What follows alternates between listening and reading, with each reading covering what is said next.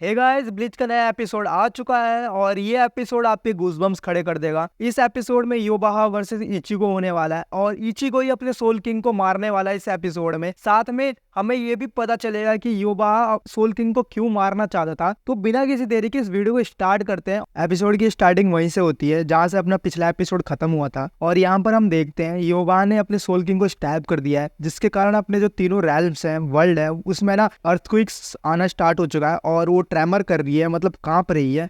इसको देख के वहां पर जितने भी अपने कमांडर्स होते हैं सोल सोसाइटी में और उनके लेफ्टिनेंट्स, वो सब शॉक हो जाते हैं कि यहाँ पे चल क्या रहा है। इसके बाद दोबारा से सीन योबाहा पर आता है और उसके पास अपना इचिगो भी पहुंच चुका था और इचिगो को देख के योबाहा बोलता है, मुझे पता था कि तुम यहाँ पर आओगे सोल किंग को मारने से मुझे रोकने के लिए। और यहाँ पर ओरी में योबाहा के आई को नोटिस करती है और इचिगो को बताती है। तो इचिगो पूछता है कि ये क्या है और यहाँ पर योबाहा बताता है ये जो आई है ये सब कुछ देख सकती है और ये प्रूफ है ट्रू क्विंसी होने का, और बोलता है अब सब कुछ मेरे हाथों में है, सोल किंग का फ्यूचर भी और तुम सबका फ्यूचर भी। और यहाँ पर हम देखते हैं जो इचिगो है वो अपने जान पाक्टो को निकालकर अटैक करने के लिए प्रिपेयर हो जाता है और यहाँ पर योबाहा बोलता है तुम्हारे पास 2 जान पाक्टो है, चलो देखते हैं कि तुम इन दोनों का यूज करके मुझे डिफीट कर सकते हो या नहीं, या फिर ये दोबारा से ब्रेक होने वाले हैं। और यहाँ पर योबाहा अपने पावर्स को दिखाता है, मतलब एक्टिवेट करता है, जो ऑरा इनके साइड से निकलती है ना ब्लू कलर की क्विंसी पावर्स, उसको दिखाता है। और इचिगो और अपने योबाहा के बीच है ना बैटल स्टार्ट हो जाता है और इस बैटल के बीच में जो बैकग्राउंड म्यूजिक था उसको सुन के भाई अलग ही गूज़बम्प्स आ रहे थे। एपिसोड की स्टार्टिंग के 5 मिनट के अंदर ही क्रेजी फायर स्टार्ट हो जाती है, जिसको सबका इंतजार था, क्योंकि पिछला जो एपिसोड था जहां पर एंड हुआ था भाई, मतलब सबको सस्पेंस में डाल रखा था कि आगे क्या होने वाला है। और इस बार के एपिसोड की स्टार्टिंग के 5 मिनट के अंदर ही भाई इतनी तगड़ी फाइट स्टार्ट हो चुकी है और इसका जो बीजीएम है इस फाइट को और ज्यादा क्रेजी बना रहा था और इस बार ब्लीच ने भाई बिल्कुल मचा रखा है। और अब फाइनली इचिगो अपने गेत्सुगा टेंसो का यूज करता है और यहाँ पर हमें ऐसा लगता है कि ना इचिगो योबाहा पर भारी पड़ रहा है, लेकिन योबाहा भी लाइक तू अभी बच्चा है मेरे सामने भाई। और योबाहा अपने पावर्स को दिखाता है और इचिगो के ऊपर अटैक करता है। वो पूरा का पूरा जो ग्राउंड होता है ना उसको डिस्ट्रॉय कर देता है और इचिगो को बिल्कुल बैटल फील्ड के बीच में से चीरता हुआ ना स्काई में ले जाता है। और ये जो एनिमेशन है वो बहुत ज्यादा तगड़ा होने वाला है और यहाँ पर स्काई में फाइट शुरू हो जाती है जहाँ पर इचिगो भी अपने पावर को यूज करता है, मतलब अनलीज करता है और फाइट दोनों के बीच बहुत तगड़ी होने लगती है। इचिगो का गोल्डन ओरा और क्विंसी का ब्लू ओरा का एनिमेशन इतना ज्यादा एपिक होने वाला है। इस फाइट सीन को देखकर ना हमें ड्रैगन बॉल जी की याद आ जाएगी, जैसे उनमें स्काई में फाइट हो रहा होता है, भाई गोकू अपने ओरा को जनरेट करता है, वैसे ही बिल्कुल फील आने वाला है यहाँ पर। और ये एक दूसरे पे नॉन स्टॉप अटैक करते हैं भाई। ये जो एनिमेशन इतना ज्यादा क्रेजी होने वाला है ना, एपिसोड देख के आपको समझ में आएगा। और यहाँ पर योबाहा को लगता है कि ना अपना जो इचिगो है वो है ना फाइट बैक दे नहीं रहा, तो वो है ना इचिगो को बोलता है तुम फाइट बैक क्यों नहीं कर रहे, अगर तुम यहाँ पर फाइट बैक नहीं करोगे तो तुम्हारा बस एक ही एंड होगा कि तुम यहाँ पर मारे जाओगे। अब यहाँ पर अपना योबाहा एक बड़ा अटैक करता है इचिगो के ऊपर, कोल क्राइस, लेकिन यहाँ पर इचिगो इसको बड़े ही आसानी तरीके से ना काउंटर कर लेता है। इसको देख के योबाहा तक भी शॉक हो जाता है कि इस अटैक को इसने काउंटर कैसे कर लिया। और यहाँ पर हम एक आइकॉनिक सीन देखने वाले हैं, मतलब यार इचिगो अपना है ना एक अटैक करता है गेत्सुगा जोजिसो, जो कि ना गेत्सुगा टेंसो से भी बहुत ज्यादा पावरफुल है। और यहाँ पर अपना योबाहा एक शील्ड क्रिएट करता है, लेकिन जो अपना गेत्सुगा जोजिसो है वो इतना ज्यादा पावरफुल है कि भाई वो योबाहा के शील्ड को ब्रेक करते हुए उसको भाई सीधा जमीन पे पटक देता है, जैसा मेटेरोइड गिरता है ना जमीन के ऊपर वैसे ही। और ये सीन भाई बहुत ज्यादा आइकॉनिक होने वाला है, इसको बस एक बार देखो, आपको भी बहुत मजा आ जाएगा। और गेत्सुगा जोजिसो को यूज करने के लिए अपना इचिगो दोनों ही ब्लेड का यूज करता है, जिसके कारण इसकी पावर है ना 2 टाइम्स ज्यादा पावरफुल हो जाती है, क्योंकि अपना जो गेत्सुगा टेंसो है उसमें एक ही ब्लेड यूज करता है, फिर भी वो कितना ज्यादा पावरफुल है। और गेत्सुगा जोजिसो जो है वो गेत्सुगा टेंसो से भी ज्यादा पावरफुल है और इसमें वो दोनों ब्लेड का यूज करता है। अब अपना योबाहा ग्राउंड पर पड़ा हुआ होता है और इचिगो योबाहा को देख के बोलता है अब ये ओवर हो चुका है। भाई यहाँ पर इचिगो है ना अपने योबाहा को ना बहुत लाइटली ले लेता है कि योबाहा उसके सामने कुछ नहीं है और उसको ना बस 2 एपिसोड के अंदर खत्म करना चाहता है। यार वो इतना कमजोर थोड़ी है। और जो रियल क्लाइमैक्स है ना तो अब यहाँ से स्टार्ट होगा।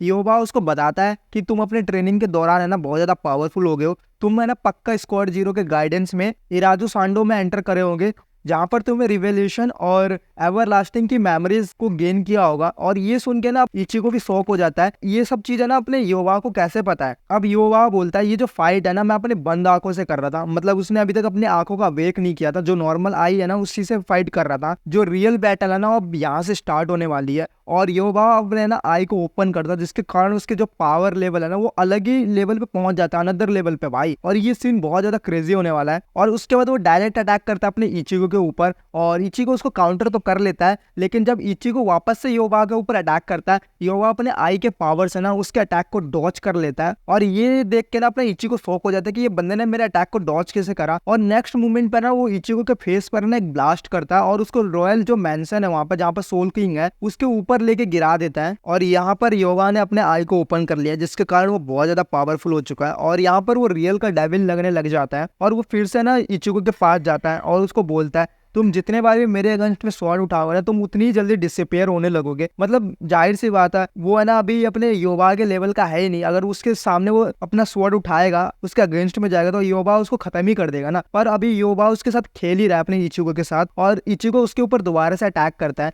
इसको देख के अपने योबा बोलता है मैं तुम्हें कितने बार रिपीट करके बोलूं, मैं तुम्हारा फ्यूचर देख सकता हूँ, तुम्हारे अटैक मेरे पे वर्क नहीं करने वाले हैं। और फिर वो इचिगो के ऊपर अटैक करके उसको ना उसके स्क्वाड के पास गिरा देता है, मतलब पटक देता है, जिसको देख के उसकी स्क्वाड है ना शॉक हो जाती है कि यहाँ पर चल क्या रहा है भाई, इचिगो पिट रहा है। और यहाँ पर सीन अपने सोल सोसाइटी पर आता है जहाँ पर अपने लिeutenants और कमांडर शॉक थे कि ये ट्रैमर्स क्यों आ रहे हैं, मतलब जो अर्थक्वेक है वहां पर वो सब क्यों आ रहे हैं। और वहां पर हम रुकिया और रेंजी को देखते हैं जो बोलते हैं शायद है ना इसके बारे में उराहारा को पता होगा, तो हम उराहारा के पास जाते हैं और वो दोनों ना उराहारा के पास जाने लगते हैं। अब यहाँ पर हम उराहारा को देखते हैं जिससे एक सोल रीपर पूछती है अगर ये वॉर 1000 ईयर से क्वींसिस और सोल रीपर के बीच में चल रहा है तो उन्होंने यहाँ पर सोल रीपर को छोड़ क्यों दिया और वो रॉयल प्लेस की तरफ क्यों गए। और अब सीन दोबारा से योबा पर जाता है जो वहां पर बोलता है ये जो इटर्नल वर्ल्ड है जो कभी एग्जिस्ट करता था इसको ना डार्कनेस धमकी देती थी, डराती थी, जिसको सोल किंग अपनी पावर से ना मिटा सकते थे, लेकिन वो अपने पावर्स का यूज करके बस इस दुनिया की स्टेबिलिटी को मेंटेन करते रह गए। और सोल किंग 1000 ईयर से सब देख रहे हैं और उनको पता था कि ना क्वींसीज मिटने वाले हैं, पर उन्होंने यहाँ पर कुछ नहीं करा और उन्होंने हमें ना अबेंडन छोड़ दिया, वैसे ही छोड़ दिया। और फिर हम यहाँ पर उराहारा को देखते हैं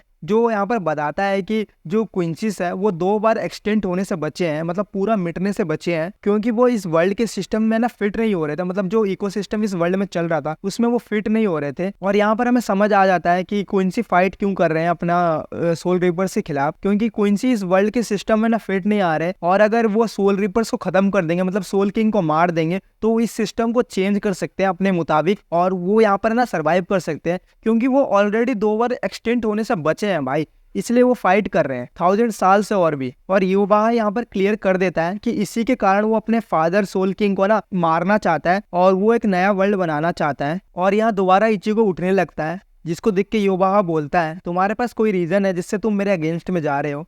तो इचिगो बोलता है मैं तुमसे इन तीनों वर्ल्ड को ना प्रोटेक्ट करने आया हूँ। और युवा उसको बोलता है तुम्हारे अंदर है ना क्वींसी ब्लड है, जिसके कारण तुम है ना कुछ भी कर लो, सोल किंग को तुम कभी फॉरगिव ही नहीं कर सकते। और इन दोनों की फाइट दोबारा से स्टार्ट हो जाती है। और इसी बीच हम इचिबे को देखते हैं जो ह्यूमंस को बोलता है कि तुम है ना डिफीट नहीं कर सकते युवा को। और यहाँ पर इचिबे की पावर्स भी ना दोबारा से रिटर्न होने लग जाती है। अब सीन सोल सोसाइटी पर चले जाता है जहाँ पर रुकिया और रेंजी को लग रहा था जो अर्थक्वेक्स है और ट्रेमर्स है वो शायद से स्क्वाड 0 के बानकाई के कारण आ रहा होगा। और ये ना उराहारा के पास पहुंच जाता है और वहां पर बाकी के सारे कैप्टन्स और लुटिनेंट्स भी आ जाते हैं जो सरवाइव करे होते हैं अभी तक। और वो उराहारा से पूछते हैं कि ये ट्रेमर्स क्यों हो रहे हैं, तो उराहारा उनको बताता है इसके बारे में मुझे पता नहीं है पर ये सोल किंग से रिलेटेड ही होगा। अब दोबारा से सीन योबाहा और इचिगो पर आता है जो एक दूसरे से फाइट कर रहे थे। और इसी बीच हिरोइची है ना इन्वेड करती है उस फाइट के बीच में, योबाहा को ट्रैप कर लेती है, लेकिन योबाहा उसके अटैक को आराम से काउंटर कर लेता है। और वो बोलता है मुझे पता था कि तुम यहाँ पर आओगे लेकिन तुमने आने में बहुत ज्यादा देरी कर दी। और यहाँ पर रिवील होता है कि योबाहा ने ऑलरेडी सोल किंग को स्टैप कर दिया। और ये देख कर अपनी जो इचिगो की टीम थी वो पूरी की पूरी शॉक हो जाती है, लेकिन वो नोटिस करते हैं कि सोल किंग जो वो अभी भी अलाइव है। और ये देख के इचिगो अचानक से सडनली सोल किंग के पास जाता है और उसमें जो स्वॉर्ड लगा हुआ था उसको बाहर खींचने लगता है। और यहाँ पर योबाहा बोलता है मुझे पता था कि तुम्हारे अंदर क्वींसी ब्लड है जिसके कारण तुम कभी भी सोल किंग को फॉरगिव नहीं कर सकते। और यहाँ पर हम इचिगो को देखते हैं जिसको अपनी बॉडी पर बिल्कुल भी कंट्रोल नहीं था और उसके राइट आर्म्स पर ना क्वींसीज के पावर्स भी दिखने लग गए थे। क्वींसी ब्लड इचिगो के अंदर होने के कारण इचिगो उस ब्लेड को बाहर निकालने लगता है जिस ब्लेड को अपने योबाहा ने सोल किंग के अंदर स्टैब करा था। और उस ब्लेड को बाहर निकालने के बाद वो सोल किंग के ऊपर अटैक करता है और उस क्रिस्टल को ना 2 हिस्सों में काट देता है। और यहाँ पर योबाहा बोलता है ये सब क्वींसी ब्लड के कारण हुआ और तुमने ना ये सब अपनी मर्जी से करा और ये सब है ना मेरे से कनेक्टेड था। और ये देख के वहां पर जो इचिको की टीम थी पूरा का पूरा शॉक हो जाता है कि वहां पर हो क्या रहा है। और यहाँ पर योबाहा रिवील करता है वो सोल किंग की सील को ब्रेक नहीं कर सकता था। उसकी सील को ब्रेक करने के लिए उसको एक ऐसा ह्यूमन चाहिए था जिसके पास सोल रिपर्स की पावर्स हो, क्विंसीज की पावर्स हो, फुल ब्रिंगर्स और साथ में होलोस की भी पावर्स हो। और ये पावर्स है ना अपना इचिको ही पजेस करता था। और ये सुन के इचिको यहाँ पर पूरा का पूरा शॉक हो जाता है। और यहाँ पर योबाहा इचिको को बोलता है जब तुमने अपने सोल रिपर्स की पावर को अवेक करा था, मैं तब से एक एग्जैक्ट मोमेंट का वेट कर रहा था जब तुम है ना सोल किंग को मेरी आंखों के सामने मारोगे। और ये वो फ्यूचर था जो बस मुझे ही पता था। हमें योबाहा के प्लानिंग के बारे में पूरा का पूरा पता चल जाता है। इस बंदे ने 1000 साल से इंतजार करा एक आदमी का जो है ना सारे के सारे पावर्स को पजेस कर सके। और वो आदमी था अपना इचिको जिसने ये सारे पावर्स को पजेस किया था। और इसने एक राइट मूवमेंट को देख के ना अपने सोल किंग को भी मार दिया भाई।